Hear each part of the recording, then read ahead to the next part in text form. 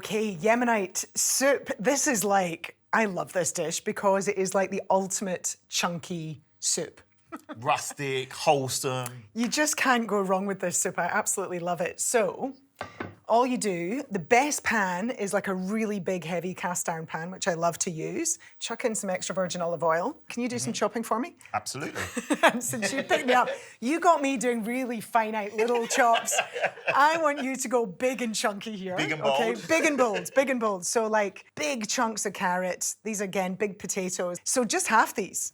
So really big, bold and chunky. Yeah. And then the best part is using the celery. We're even going to use the celery tops, which everyone throws out. So much flavour. Oh, there's so much flavour. So I love that it's all going to go in. So big chunks. Go Peeling chunky. these? Not peeling them? Not peeling, because you know what? This goes for lots of vegetables, including the potatoes. A lot of the fibre and so many of the antioxidants in particular are either in the skin or just underneath the skin. So give them a wash by all means, of course.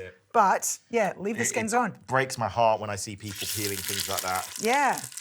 Well, I'm glad you agree, because I thought, you know, chefies might be a bit... It depends, do you know what I mean? Soups, stews, stalks, skin on. I don't like wastage in my kitchens. So we try and use the whole vegetable or the whole fruit as much as possible. So I'm using chicken legs here. So I just want to brown the legs so that they've got a nice colour, and I start getting some of that flavour into the pan. And while I'm browning the chicken there, shall I talk a little bit about this? This is my hawayej. Wow. Excuse my pronunciation if anyone is going to pick me up on that. And it's got stuff like cumin, coriander, cardamom, black pepper, caraway. It's a really beautiful mix of spices. So you can make it yourself or you can buy it ready-made. You'll find it online from specialist spice stores. Some bigger grocers or supermarkets might have it. But that, oh sorry, I forgot turmeric. That's what gives the beautiful yellow colour to this soup. That's the key ingredient, right? That's what makes it unique. Okay, and the garlic, just, slice it. Just slices? It is. We're not going to blend any of this soup, so at the end of the day, you can do it the way you want. Yeah. But we are going to cook it over an hour, so when you leave your veggies a bit chunkier, it's totally fine, because they're going to cook. Okay. So same with the celery, you know, keep it in quite big chunks rather than tiny like we would normally do for a soup. Okay, so I'm just going to take these out of the pan once I've browned them. All right, and then literally I'm going to put all my veggies into the same pan and fry them all off. Which brings me, you're going to hear me say this every time I'm cooking, but it's a question I get asked all the time. Can you cook with extra virgin olive oil? Yes. Yes, you can.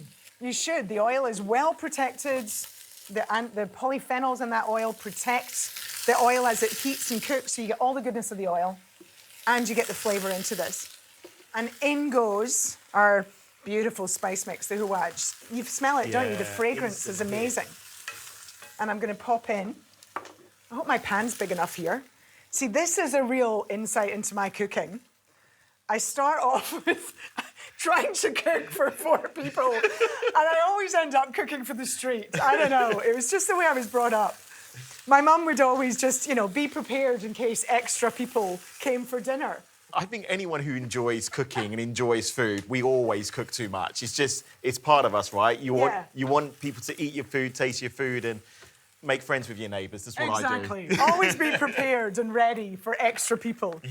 OK, now we're going to do a quick stock. If you've got a homemade stock, I would always use homemade stock. So when you do make a roast chicken, or even when you've bought a barbecued chicken, always stick it in the pot and make some stock, and you can keep it in your freezer. But when you're not prepared, nothing is wrong with doing the little quickie here. So I'm putting 2 of these, and I want a litre of stock. I've got quite a lot of soup here. Thank you very much. Pop that in here, mix it up, pop in your stock. I'm going to put the chicken back in if I can make space for it. See, this is just so rustic. I love it. And then, oh, the garlic, I nearly forgot. Let's put the garlic in. That smell, those aromas, like, it's just filling the room already. Isn't it? And there will, of course, be some liquid will come out of all those veggies and the chicken. I was going to say, you're going to get all that beautiful juice coming out the chicken, and the bones will flavour it even more. It's going to be... It's yum. Yeah. I can't resist a wee bit of extra black pepper. And then the best part of this is you literally put the lid on, leave it to simmer for about an hour. We'll come back. Can't wait.